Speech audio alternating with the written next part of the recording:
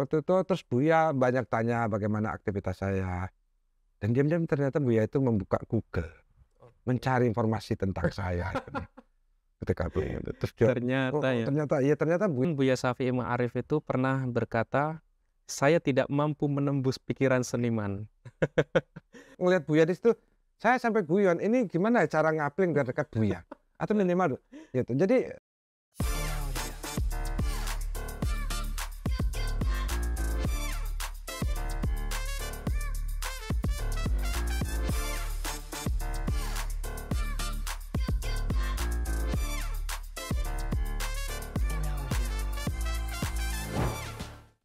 Assalamualaikum teman-teman. Saat ini kita kedatangan tamu di Serambi Buya, seorang seniman berdarah Minangkabau, tetapi sudah lama sekali menetap di Yogyakarta. Adalah Jumaldi Alfi yang lebih akrab disapa sebagai Uda Alfi.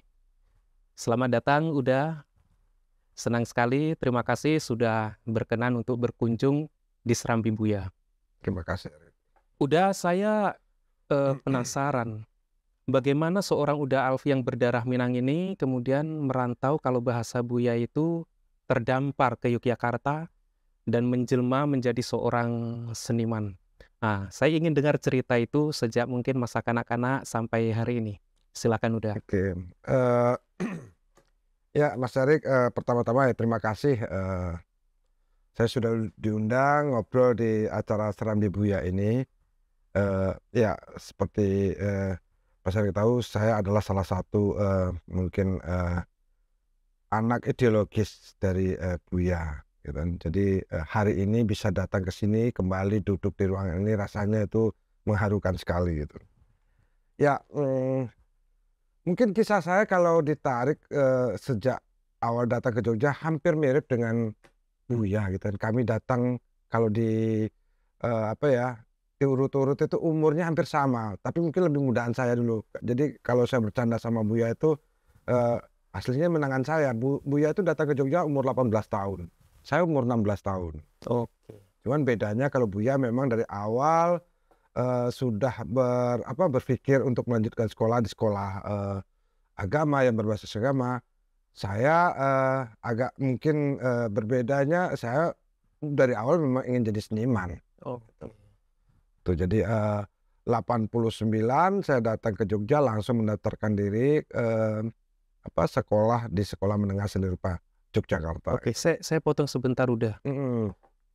Nampaknya jarang-jarang ada orang mau bersekolah itu dengan niatan cita-citanya apa? Menjadi seniman. Itu jarang sekali kita dengar. Iya, Nah, ini bagaimana dari, jauh kemudian sejak usia sekolah itu cita-citanya menjadi seorang seniman? Apa memang ada darah seniman dari keluarga? enggak juga. Ya kalau itu saya pikir memang juga, untuk keluarga saya anomali gitu. Memang, pada dasarnya juga orang Minang juga, eee, kalau untuk jadi budayawan atau sastrawan mungkin, karena Oke. memang secara kultural di Minang itu kan memang budaya lisan, budaya oral itu kuat. Mmm. Tapi kalau budaya visual mungkin tidak terlalu. Ya memang di lingkungan saya jadi agak aneh ketika, memilih untuk, sekolah seni rupa, tapi bukan lalu datangnya serta-merta seperti itu. Dari awal memang saya sudah punya kesenangan dan kebetulan di kampung itu ada beberapa orang yang, pernah di Jogja tinggal, menetap lalu, belajar seni dan itu mempengaruhi, saya Oke. gitu. Jadi, ketika sudah mulai, mau menentukan mau kemana arahnya, saya memutuskan oke saya, mau sekolah di sekolah seni, rupa gitu. Dan itu jatuh di Itu Yogyakarta. jatuh di Jogja, itu saya umur kelas 1 kelas 2 SMP itu mulai tahu dan saya tahu ada sekolahan yang lain yang sama itu di Padang. Mmm. Sebenarnya secara daerah lebih dekat, tapi lalu orang yang saya mintai pendapat dia bilang, "Kalau mau jadi pelukis jangan di Padang, datangnya ke Jogja karena di situ pusatnya." Oh. Makanya saya lalu memutuskan tahun 89 lulus SMP, tidak ikut perpisahan sekolahan, dapat STTB saya langsung berangkat ke Jogja gitu, naik bis. Iya, kalau Uda Alfi ini Minangkabaunya mana udah? Saya di Lintau, Oke. Lintau itu, di Kabupaten Tanah Datar. tidak jauh dari, kampungnya Buya, Sumpur Kudus itu. Bahasa kami pun sama karena, secara rumpun, dialeknya Sumpur dan Lintau itu sama. Dan Buya punya, Buya Shafi'i punya ikatan emosional yang sangat kuat dengan Lintau, selain memang dulu sekolahnya di Mualimin yang kebetulan dekat dengan rumah saya. Oke. Jadi, dulu, bekas sekolah itu masih ada, sekarang menjadi SDIT.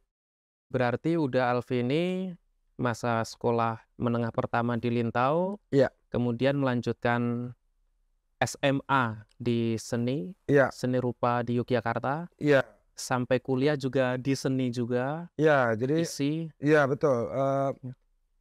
tahun 93 saya, lulus dari SMSR, maunya kan oke saya bekerja. Karena memang saya bukan dari keluarga yang mampu. Orang tua saya, kita punya punya keluarga itu, saya bersaudara itu 9, saya nomor 8. Dan, orang tua saya bukan orang yang, punya apa ya, warisan besar atau usaha besar. Ibu bapak saya cuman seorang petani, dan pedagang biasa. Jadi menghidupi 9 anak. Jadi saya nggak kepikiran bahwa, akan melanjutkan kuliah gitu. Namun ternyata, ibu saya karena melihat 7 anak, sebelum saya itu mentoknya cuma juga SMA, minta sama saya, "Kamu kalau udah selesai bisa nggak, kuliah gitu, dilanjutkan ke perguruan tinggi?" Terus, saya bilang, "Ya saya sih mau aja, cuman waktu itu adik saya juga mau lulus." Saya bilang, "Kenapa nggak adik aja?" Adik saya bilang, "Saya mau kerja," katanya. "Saya juga mau kerja." Kita ayel-ayelan gitu. Tapi akhirnya saya memutuskan, "Oke lah, saya mau." Akhirnya saya kuliah. Saya kuliah tahun 93 gitu. Itu pun ternyata setelah saya tahu, kuliah biayanya besar, di ISI itu bukan, saya melanjutkan ke ISI. Dulu namanya Fakultas Seni Rupa dan Desain ISI juga. Tahun 99 saya lulus, tahun 2000, 99, dapat ijazah, tahun 2000 dapat ijazah. Oke, ijazah. Iya. Itu luar biasa.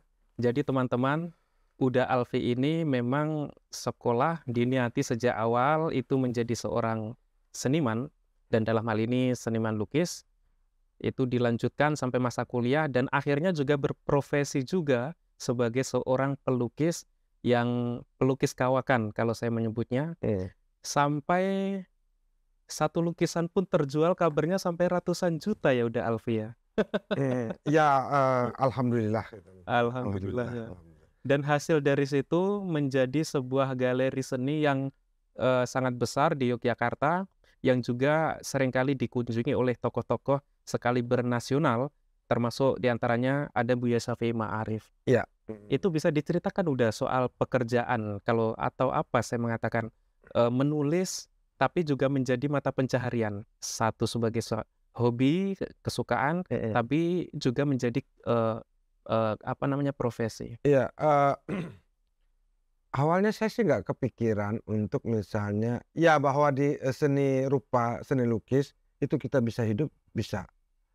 Cuman memang dari awal ketika saya datang ke Jogja, cita-cita saya dan itu saya masih simpen bukunya. Saya menulis di buku itu. Dan itu jujur aja inspirasi dari, Buya menulis-menulis kayak gitu tuh. Saya, menulis, saya datang ke Jogja itu ingin jadi pelukis. Oke.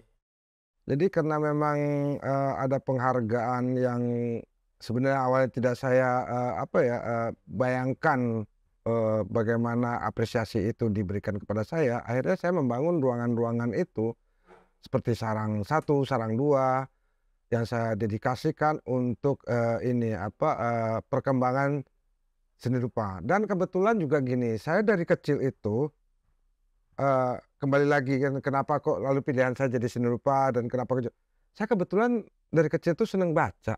Oke. Jadi banyak informasi yang saya dapatkan mungkin melebihi dari anak-anak seumuran, saya saat itu gitu kan. Karena saya saya tidak ahli dalam permainan-permainan saat itu yang dikuasai anak-anak seperti main bola, main sepeda, kemana. Saya itu punya fisik yang tidak terlalu kuat untuk hal itu. Saya lebih banyak menghabiskan waktu di ruang baca yang kebetulan di sana ada perpustakaan di sekolahan saya atau, taman bacaan itu. Nah dari sana informasi itu dapat. Dari sanalah saya mulai senang menggambar itu. Dari sanalah saya tahu ada namanya sekolahan Avandi atau apa dan akhirnya saya datang ke Jogja itu. Oke. luar biasa ya. Mhm. Eh, saya ada satu pertanyaan, udah. Mhm. Sebetulnya mungkin agak sensitif ya. Jadi udah tidak harus menjawab pertanyaan ini.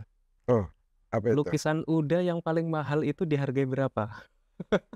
Wah, itu sensitif itu, Sensitif ya? sensitif. Rahasia? Oh Rahasia. iya, oke. Iya, Kalau begitu cukup kita rahasia cukup itu. ya, oke. Kita lanjut ke pertanyaan lain udah. Mhm.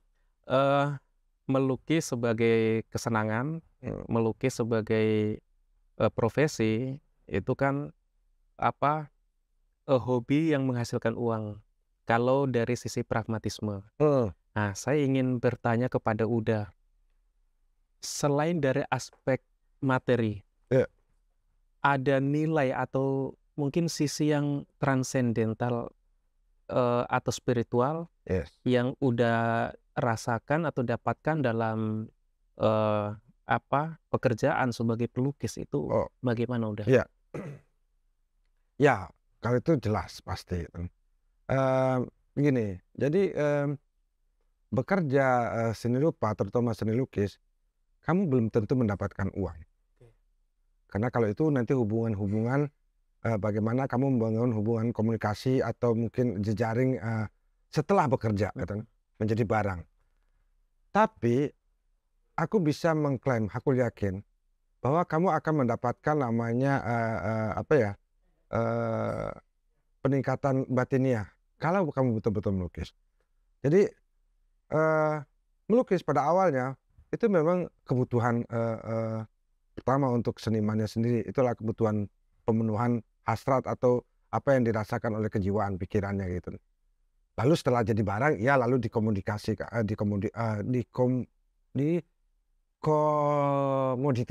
Oke. atau apalah istilahnya kan, dijual atau apa itu. Buat saya pribadi ya, jadi bagaimana, bekerja seni rupa itu, satu, saya itu kalau mungkin nanti teman-teman atau Erik sendiri, mengamati karya-karya saya tidak pernah karya saya itu membicarakan, apa ya, sesuatu yang di luar diri saya sendiri. Oh, Ketika mungkin ada kawan-kawan yang bicara tentang saat, tren sosial politik, atau humanisme, atau apapun lah, karya ke kirian atau ke kanan, apalah itu, saya tidak terlalu itu. Saya lebih fokus bagaimana saya, mencurahkan apa yang saya rasakan. oh, Jadi, bahkan saya bilang, karya saya itu adalah catatan-catatan, spiritual saya gitu kan. Walaupun mungkin bagaimana cara ungkapnya terjadi misalnya transisi gitu. Jadi pendapat-pendapat saya dalam karya saya itu adalah pendapat-pendapat yang saya rasakan secara emosional, secara spiritual. Bukan lalu pendapat orang yang saya, ungkapkan gitu. Nah itu. oh, berarti itu mungkin bisa dikatakan sebagai cerminan diri. Kalau Ya. saya melihat eh, lukisan Uda itu kan banyak yang abstrak ya. Mhm. Banyak abstrak, kan kalau abstrak itu orang bebas untuk menafsirkan itu seperti apa. Iya. Nah, tetapi mungkin Uday memang yang paling tahu dan bisa menjelaskan itu ke Iya. orang-orang. Mungkin Jad dari sisi-sisi itu yang nilai spiritual transendental itu. iya, gini, saya lukisan tidak abstrak. Oke. Karena kalau abstrak itu, kalau total abstrak itu dia tidak representatif, kan. Mhm. Dia bisa, apa ya, secara kebentukan kita akan, eee, sulit menemukan, apa ya, padanan atau ini. Saya masih, representatif. Jadi, karya-karya Masih saya wujud kita, gitu. berwujud yang Ya, nanti orang bisa melihat bagaimana misalnya ada ada manusia, ada. manusia, ada benda-benda yang Ya. kita kenali gitu. Cuman memang secara, apa ya, konseptualnya, secara isiannya itu saya contohnya gini, kayak seri yang, Heeh. terakhir, saya pamerkan untuk pameran, Wirid Kebangsaan itu, tentang, karya Beban Estetika. Eee, kata beban itu, kita sudah bisa merasakan, apa ya, contohnya gini, eee, dalam kondisi apapun, mungkin Erik saat sedih atau gembira, ketika saya ngomong tentang kata beban, apa yang terasa di pikiran atau di dada? Ada tekanan kan? Walaupun tidak kita mengalami, tapi kalimat beban itu kan langsung kita merasa pressing, ya kan gitu. Nah, bayangkan ketika kata beban itu lalu pressing itu secara visualnya saya gambarkan orang itu juga bawa batu. Udah katanya beban bawa batu. Jadi kalau di Minang itu ada istilahnya beban bare singgulung batu. Bebannya udah berat, itu senggulung atau tempat ini batu. Berapa? Itu double. Nah itu dari apa yang itu simbolik dari apa yang saya rasakan pada hari-hari saat ini. Problem-problem itu sudah problemnya memang tidak terselesaikan dan itu double anunya itu. Dan itu problem itu sebenarnya juga problem saya pribadi dan problem masyarakat karena saya bagian dari masyarakat. Tapi secara rinci, secara gamblang memang tidak saya simbolkan itu. Karena buat saya itu memang menariknya kesenian itu ketika dia dilihat banyak pilihan-pilihan makna ketika satu objek itu. Kalau jadi tunggal itu tidak menarik gitu.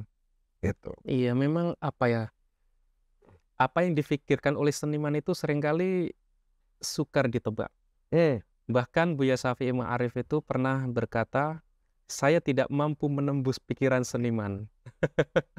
Nah, itu menarik udah. Yaitu yang tadi mungkin barangkali karena curahan hati. Yes. Lukisan itu menjadi curahan hati pelukisnya, menggambarkan isi hati sehingga barangkali hanya bisa dipahami oleh pelukis itu.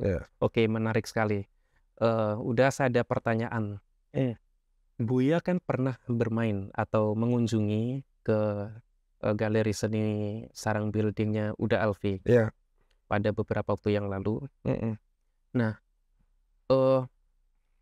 apa yang membuat Buya itu kemudian menjadi tertarik dengan dunia kesenian, kebudayaan yang itu kemudian menjadi dekat hubungannya dengan para seniman, termasuk diantaranya mungkin yang paling dekat itu Uda Alfi. Nah, bisa diceritakan mungkin dari awal mula bertemu Buya sehingga sampai Buya tertarik dan sampai berkunjung ke galeri seni Uda Alfi di Sarang Building. Ya, kalau secara nama, ya tentu kita anak-anak muda generasi-generasi saya itu sudah tahu siapa itu nama dari Ahmad Syafi'i Ma'arif. Apalagi orang Minang. Jadi ketika saya datang tahun 89 ke Jogja, saya sudah tahu. Saya sudah dengar bagaimana sejarah beliau. Dan kebetulan juga di kampung saya, nama beliau kan juga selalu terdengar. Kebetulan juga itu tidak berjauhan dari rumah, hanya sekitar 2-3 rumah dari rumah paman saya. Itu adalah rumah kakak iparnya Buya. Kakaknya Bule itu tetangga. Jadi kita sudah tahu lah gitu. Cuman ketika saya datang ke Jogja, saya malah tidak terlalu karena waktu itu mungkin Buya saat itu masih ya kita tahu agak berbeda dengan pada masa akhir ini. Jadi saya sendiri juga kurang ini. Dan ya tentu sebagai anak muda waktu itu fokus saya tidak pada ini. Setelah tahu semua orang-orang tua Minang di sini, oke, ini si ini, 1-2 dikunjungi. Tapi setelah itu ya udah, saya seperti anak muda yang lain asik dengan dunia sendiri. Nah, setelah lulus kuliah sebenarnya, sebelum kuliah saya juga sudah tahu bagaimana di reformasi. Tapi itu tadi ikatan emosional saya hanya sekedar, oh ya saya tahu itu orang. Tapi bagaimana kedekatan secara klik itu belum ada gitu. Ya, belum ada karena waktu itu buat saya juga saya tidak terlalu politik dan memang sibuk untuk bagaimana mencari jati diri saya dalam kesenian. Jadi hubungan-hubungan saya dengan teman-teman politis, teman-teman aktivis atau teman-teman yang bergerak dalam dunia religi, gerakan ormas itu Muhammadiyah apalagi kan walaupun saya bertak itu tapi tidak terlalu tertarik, saya lebih ini. Mulainya mungkin setelah reformasi. Setelah reformasi, walaupun 1-2 sebelumnya sudah bertemu. Setelah reformasi itu kebetulan saya ketemu dengan Buya di Jakarta dan itu yang mengenalkan kakak saya. Kakak saya terus ya kita ngobrol kita dan saya juga cerita saya tinggal di Jogja. Oh, terus akhirnya Buya ini. Nah, yang paling berkesan itu setelah bertahun-tahun setelah itu. Setelah itu kan saya tidak ketemu Buya lagi. Buya sudah mungkin sibuk. Waktu itu diangkat jadi ketua Muhammadiyah tahun 98 itu sampai 2005 itu. itu wah sangat sebut, dan saya juga tidak saya tahu ada Buya jadi ketua, tapi tidak terlalu ini. Nah, itu selepas Buya pensiun jadi ketua umum. Jadi suatu hari saya itu ketemu Buya di pesawat. Tanpa sengaja. Tanpa sengaja saya pulang dari sebuah acara di luar gitu, lalu transit di Jakarta mau ke Jogja, ketemu Buya. Jadi saya naik, saya sudah duduk di pesawat itu. Buya naik. Terus waktu itu saya tidak tahu bahwa itu Buya. Jadi Buya menaikkan tasnya ke bagasi gitu, di atas itu kabin gitu. Itu Buya. Lalu saya spontan berdiri. Saya berdiri, saya ambil tasnya. Karena itu sebagai orang muda tahu itu bapaknya orang ini, angkat, saya bantu. Terus dia langsung anukan tangan saya. Oh tidak usah bantu saya. Saya bisa. Nah ketika dia itu saya tangkap tangannya, terus saya mau tarik, saya cium gitu. Karena kebetulan saya juga udah mulai terjangkiti untuk kalau dengan orang tua mencium tangan gitu kan. Oke. Sebelumnya kan enggak. Jadi ada gejala semakin santri gitu. Nah, semakin menyantri gitu. Ya, Karena ya itu ada pengaruh juga dari lu. Nah, itu terus dia kalau bahasa bahasa gaulnya dikepret saya itu kan. Nggak mau Buya itu. Terus dia bilang, "Anda siapa?" "Saya Alfi," saya bilang. "Alfi siapa?" Saya lupa, saya pakai kacamata terus saya copot itu, terus saya lihatin, ini Alfi adiknya ini. "Oh, si Lintopo, Kak, seniman itu," katanya Buya. Nah itu, jadi ternyata setelah bertahun-tahun Buya tidak lupa saya. Iya, daya ingatnya kuat. Daya ingat terus, "Anda dari mana? Habis keliling-keliling lagi ya?" Karena Buya sudah dengar, mungkin ada beberapa kolega ketemu Buya itu. Akhirnya di situ keakraban, dan saya akhirnya sering datang. Itu tahun berapa udah? 2008, 2000. Oh berarti pasca Buya menjadi ketua PP Muhammadiyah ya? Iya pasca. Setelah itu, pokoknya saya ingat itu tahun 2009 lah kan. Itu. Nah itu. Jadi terus sejak itu mulai. Dan kebetulan pada momen itu juga ada beberapa kawan saya kenal juga di sini, Dr. Alim. Iya, dekat sekali. Terus yang paling fenomenal ada beberapa peristiwa yang Buya menjadi bahan perbincangan, dan itulah sejak itu saya sering ke Nogotirto. Nah ketika Nogotirto terus Buya banyak tanya bagaimana aktivitas saya, dan diam-diam ternyata Buya itu membuka Google, mencari informasi tentang saya. Ketika itu terus ternyata Buya itu sangat update lah dengan. Iya. Jadi tiba-tiba Buya, "Anda habis dari sini kemana lagi?" Gini. Oh Buya tahu ya, siapa yang ngasih tahu ya? Nah lalu yang menarik itu pada suatu hari itu kan ketika transisi saya sudah mulai dekat dengan Buya, tiba-tiba saya mengeluh tentang Muhammadiyah. Oke. Bagaimana saya melihat Muhammadiyah karena tidak ada.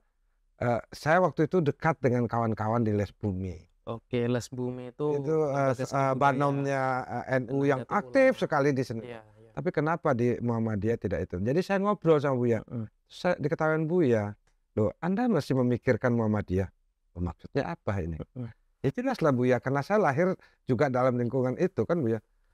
"Enggak, Anda itu seniman. Anda harusnya udah beyond, nggak mikirin hanya satu itu aja. Anda harus begini. Harus merdeka ya. Harus merdeka untuk tahu."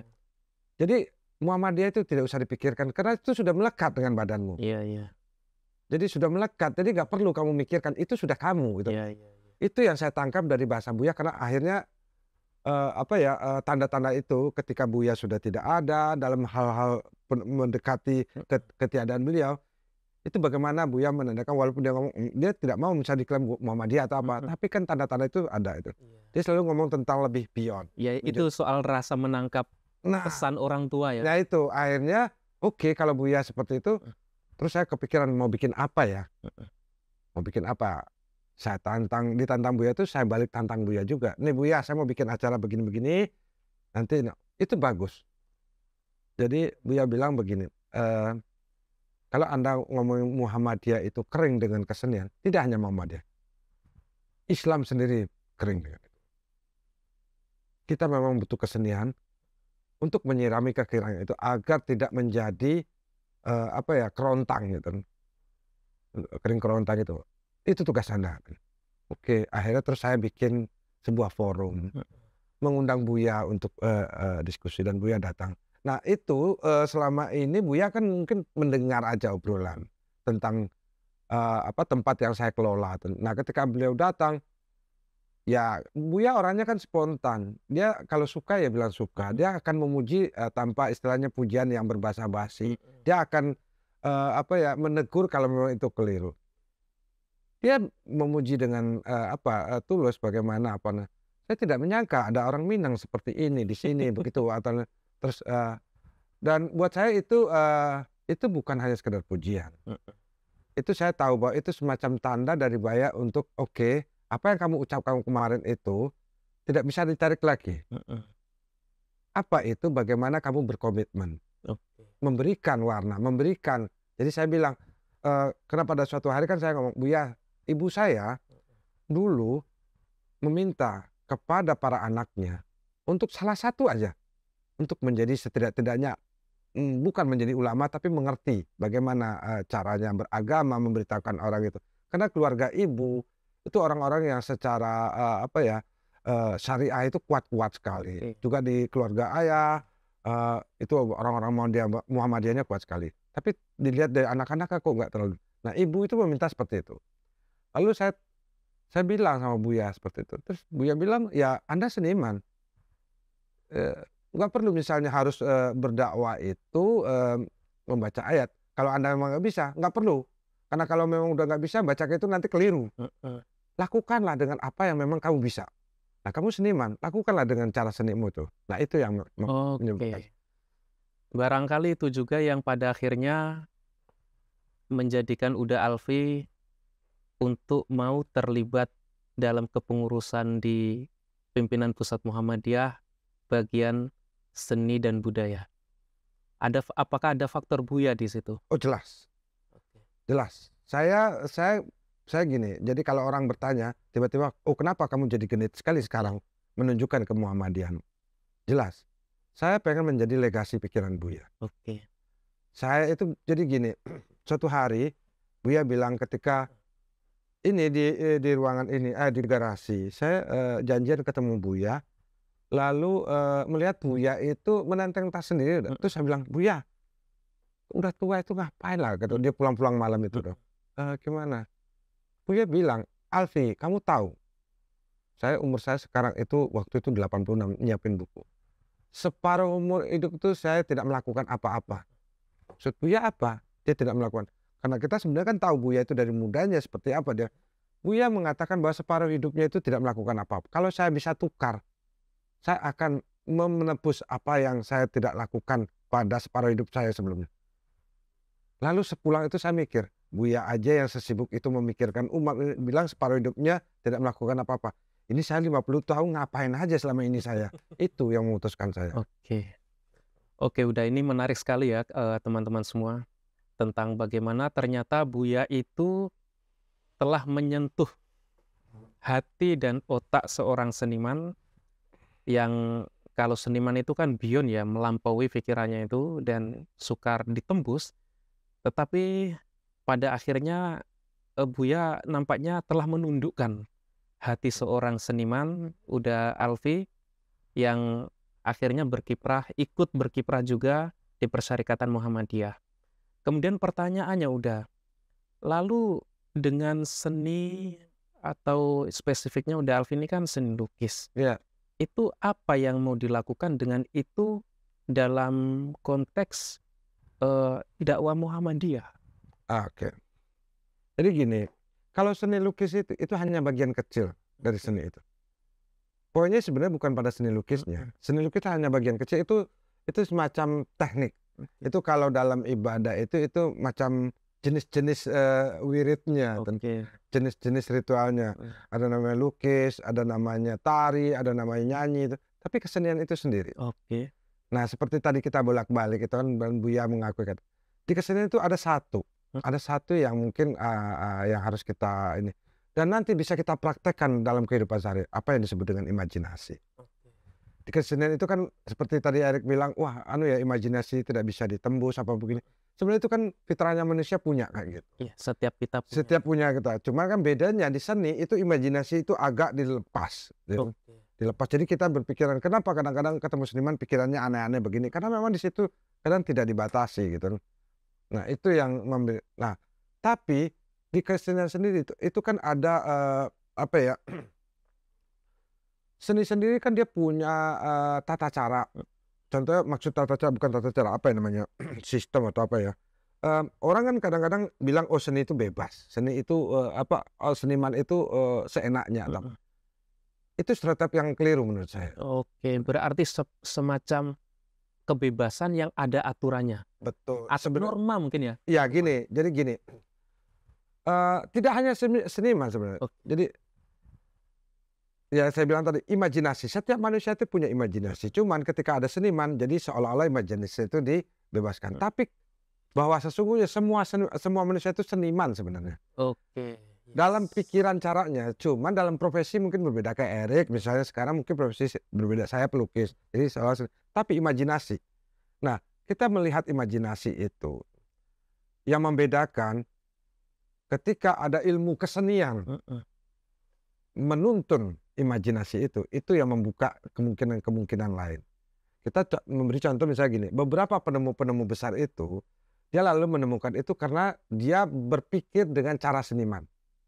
Apa itu cara seniman? Ya itu tadi, kebebasan out of the box. Oke. Misalnya ketika menemukan apa ya, di seni rupa ya, di seni itu ketika kamu dapat persoalan atau menemukan problem sesuatu, kamu mencoba alternatif jalan macam-macam.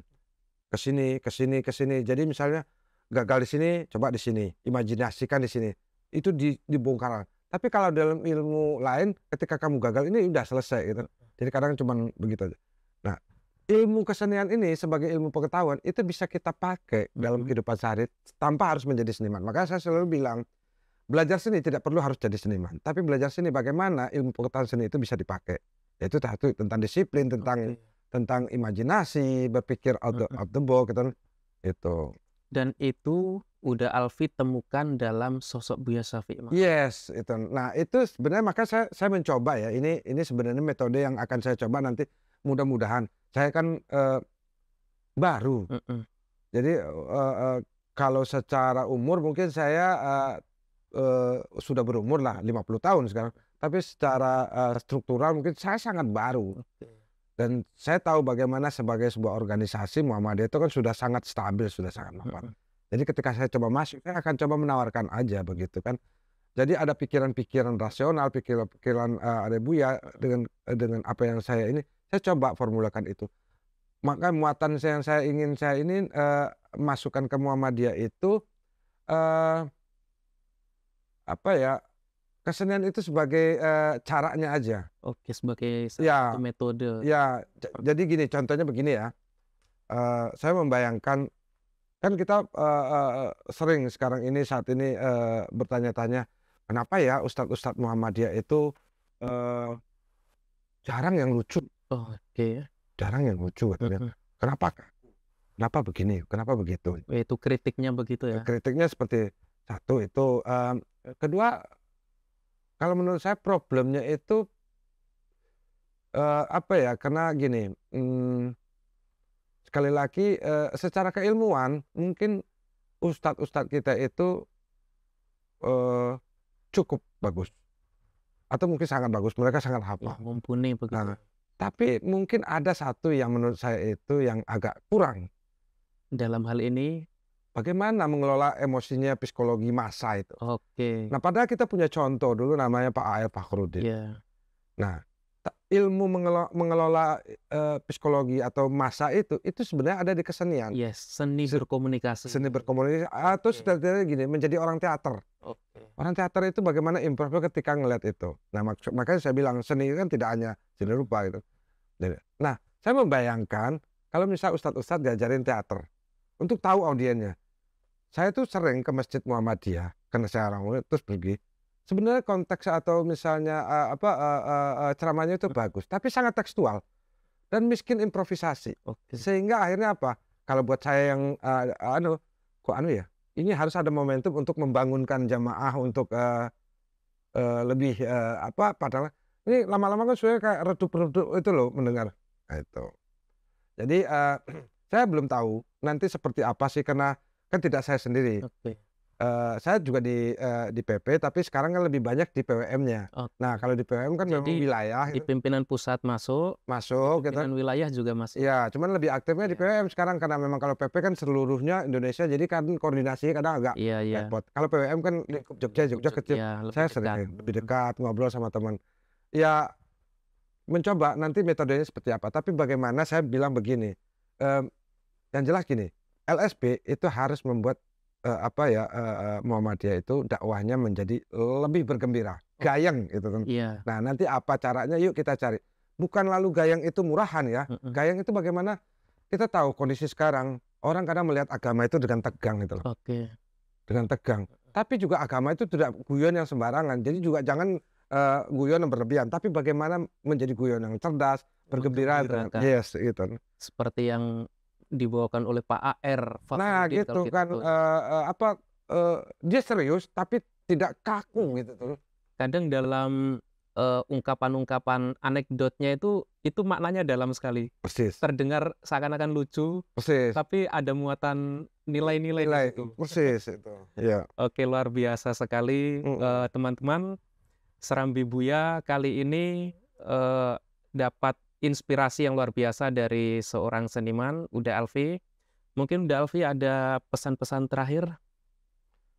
Wah, pesan-pesan terakhir jangan dong, saya masih Oh, supaya ini bukan yang terakhir, mudah-mudahan nanti ada pertemuan lagi. kalau pesan-pesan terakhir, jadi saya ingat saya baru kemarin dari Husnul Khotimah. Jadi saya tadi kemarin saya nulis Oke. gitu. Saya nulis karena kan kita kemarin ada acara di kebangsaan. Pagi-pagi tanggal 27 itu saya sudah ke makam. Karena jauh-jauh hari saya sudah niatkan pokoknya tanggal 27 itu kan hari Buya berpulang itu. Saya subuh itu langsung ke sana. Dan tahu sendiri kan Mas Ari kalau di sana itu pagi itu kan syahdu sekali. Saya tidak sedih di sana, bergembira. Oke. Dan saya menyapa Buya walaupun kuburan yang saya sapa, tapi saya bilang halo Buya, saya datang lagi, saya gini, wah tambah asik nih di sini. Saya ngobrol begitu aja, saya anggap seperti seolah-olah Buya masih ada gitu aja. Iya. Dan tahu sendiri kan Buya dia tidak kaku yang harus ngobrol. Terus saya bikin video. Lalu saya unggah, saya bilang, wah ini kayak tempatnya asik. Saya ingin satu komplek. Kalau dulu kan cita-cita hidup pengen satu komplek dengan Buya. Saya sudah pikir cari rumah Nogo Tirto. Ada berapa ya mau di sini yang ini. Baru kepikiran gitu terus Buya nggak ada gitu. Ya udah kan nggak jadi. Nah terus tidak dalam hidup dalam meninggal saya pengen satu kompleks dengan Buya. Iya. Itu saya tulis. Bahkan memandang kematian pun dengan gembira ya. Dengan gembira. Saya pikir kematian itu pasti. Iya. Kalau dulu saya takut, tapi sekarang ngelihat Buya di situ, saya sampai guyon, ini gimana cara ngapling biar dekat Buya?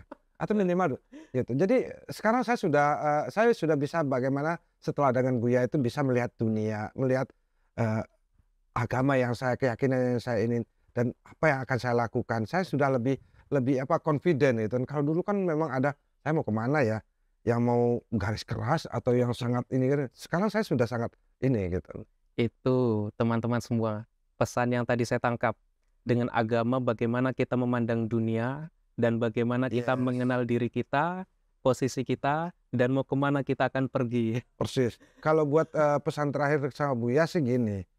Pesannya kan Islam itu rahmatan lil alamin. Iya. Kita sebagai penganutnya, tandanya rahmatan lil alamin itu apa? Ketika kehadiranmu itu tidak mencemaskan orang lain. Itu aja. Sederhana aja. tapi itu implikasinya nah jauh. nanti bagaimana kamu mencemaskan orang lain tak? Apakah kamu pelit, apakah kamu pemarah, pokoknya kehadiran itu menyenangkan orang di sekitarmu. Orang itu merasa bila kamu datang, mereka merasa nyaman lahir batin. Itu aja. Itu rahmatan lil alamin. Oke, terima kasih Uda Alfi. Terima kasih teman-teman semua. Sehat selalu bersama kami di Serambi Buya Syafi'i. Assalamualaikum warahmatullahi wabarakatuh.